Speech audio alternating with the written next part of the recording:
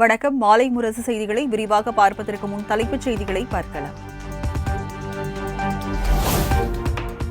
எப்படிப்பட்ட மழை வந்தாலும் அதை சந்திக்க தமிழக அரசு தயார் என முதலமைச்சர் மு.க.ஸ்டாலின் திட்டவட்டம். சென்னையில் மழைநீர் எங்கும் தேங்கவில்லை எனவும் பேட்டி.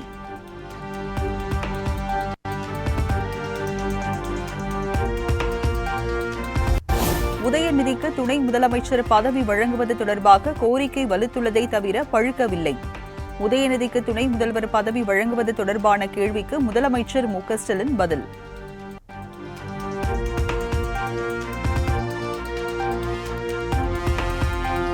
கொளத்தூர் தொகுதியில் பல்வேறு நலத்திட்டங்களை தொடங்கி வைத்தார் முதலமைச்சர் மு.க.ஸ்டாலின். 300 கோடி ரூபாய் மதிப்பீட்டில் நடைபெற்று வரும் பணிகளை நேரில் பார்வையிட்டு ஆய்வு செய்தார்.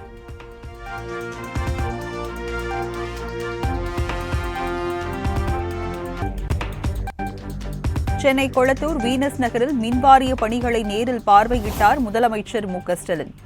பெருநகர குடிநீர் வழங்கல் வாரிய கழிவுநீர் வெளியேற்று நிலையத்தையும் நேரில் ஆய்வு செய்தார்.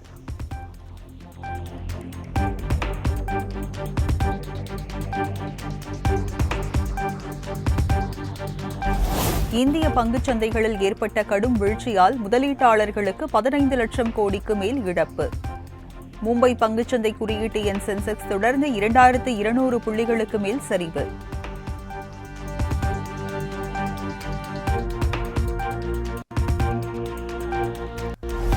கோவை மாநகராட்சி திமுக மேயர் வேட்பாளராக ரங்கநாயகி அறிவிப்பு.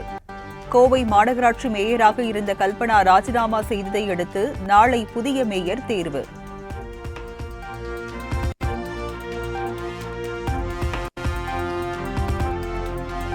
கோவை மாநகராட்சி மேயர் பதவிக்கான வாய்ப்பு கிடைக்காத விரக்தியில் கவுன்சிலர் மீனா லோகு கண்ணீர் விட்டு அழுகை. ரங்கநாயகி மேயர் வேட்பாளராக அறிவிக்கப்பட்டதை அடுத்து கூட்டத்தில் இருந்து கண்ணீருடன் வெளியேறினார்.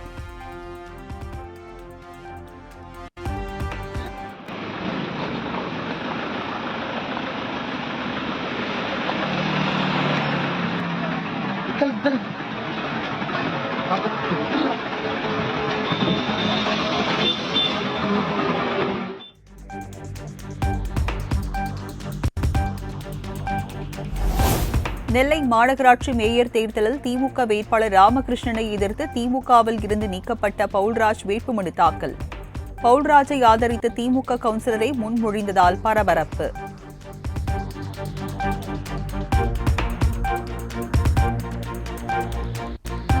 தொழில் முதலீடுகளை ஈர்ப்பதற்காக முதலமைச்சர் மு.க.ஸ்டாலின் வரும் 27ஆம் தேதி அமெரிக்கா பயணம்.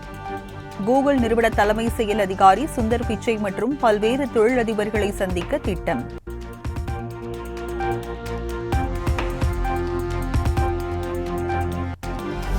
புதுச்சேரியில் குரூப் பி பணியிடங்களில் மிகவும் பிற்படுத்தப்பட்டோருக்கு மீண்டும் இட ஒதுக்கீடு. சட்டப்பேரவையில் முதலமைச்சர் ரங்கசாமி அறிவிப்பு.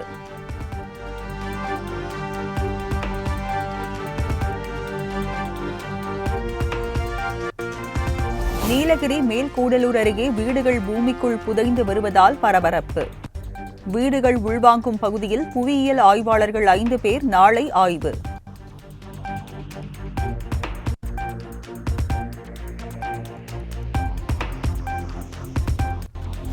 சென்னை உயர்கல்வி மன்ற வளாகத்தில் உயர்கல்வித்துறை அமைச்சர் பொன்முடி தலைமையில் துணைவேந்தர்கள் கூட்டம்.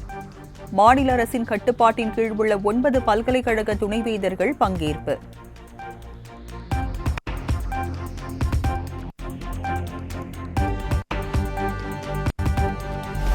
பள்ளி மாணவர்களுக்கு 4 செட் விலையில்லா சீருடையை உடனடியாக வழங்க வேண்டும் என எதிர்க்கட்சித் தலைவர் எடப்பாடி பழனிசாமி அறிவுறுத்தல்.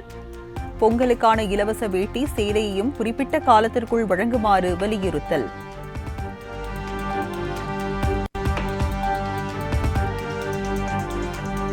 வீட்டு வரைபட அனுமதி கட்டணத்தை 2 மடங்கிற்கு மேல் தமிழக அரசு உயர்த்தியுள்ளதற்கு பாஜக மாநில தலைவர் அண்ணாமலை கண்டனம். பகல் கொள்ளை கட்டண உயர்வை உடனடியாக திரும்பப் பெற வேண்டும் என்றும் வலியுறுத்தல்.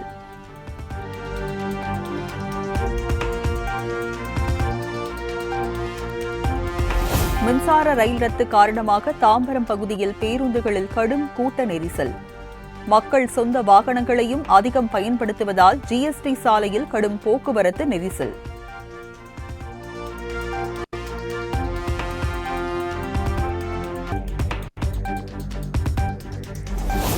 சதுரகிரி மலை ஏறுவதற்காக 2வது நாளாக ஆயிரக்கணக்கான பக்தர்கள் குவிந்ததால் கடும் கூட்ட நெரிசல்.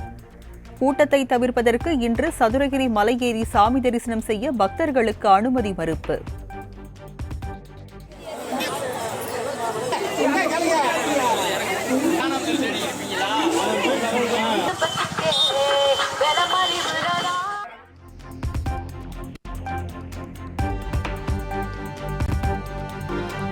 சென்னையில் ஆபரண தங்கத்தின் விலை சவரனுக்கு 160 ரூபாய் உயர்ந்து 51,760க்கு விற்பனை.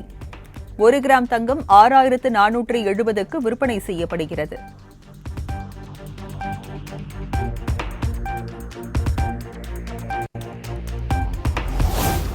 தமிழ்நாட்டில் கடந்த 24 மணி நேரத்தில் அதிகபட்சமாக நெய்வேலியில் 11.6 சென்டிமீட்டர் மழை பதிவு. சோழிங்கநல்லூரில் 11.5 சென்டிமீட்டரும், கேளம்பாக்கத்தில் 10 சென்டிமீட்டர் மழை பதிவாகியுள்ளதாக தகவல்.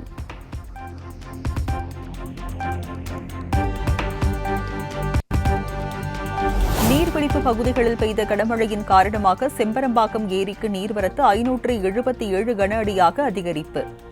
செம்பரம்பாக்கம் ஏரியில் இருந்து சென்னை மக்களின் குடிநீர் தேவைக்காக வினாடிக்கு 109 கன அடி நீர் திறப்பு.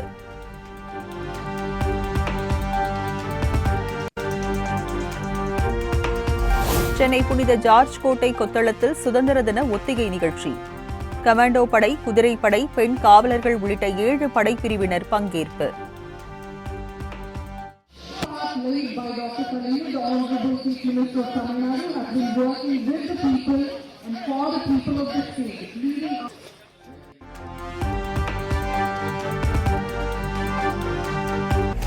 தூத்துக்குடி பனிமய மாதா பேராலய 442வது ஆண்டு திருவிழா கோலாகலம். 10ஆம் நாளான இன்று பல்லாயிரக்கணக்கான பக்தர்கள் கலந்து சிறப்பு வழிபாடு.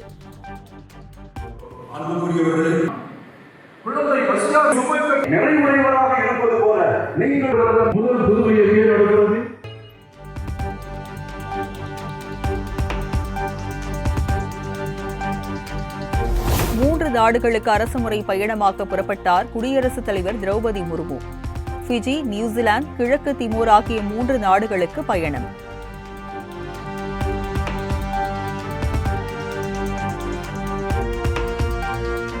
மகாராஷ்டிர மாநிலம் புனேவில் திரும்பிய பக்கமெல்லாம் வெள்ளம்.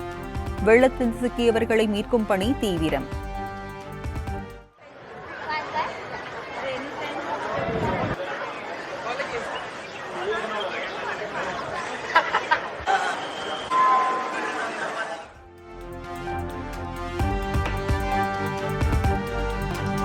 பாரிஸ் ஒலிம்பிக்கில் பிரிட்டன் அணியுடன் நடைபெற்ற ஹாக்கி அரையிறுதிப் போட்டியில் இந்திய வீரர் அமித் ரோஹிதாஸுக்கு ரெட் கார்டு வழங்கப்பட்ட விவகாரம். நடுவர்களின் தரம் மற்றும் முடிவு குறித்து இந்திய ஒலிம்பிக் சங்கத்திடம் ஹாக்கி அணி புகார்.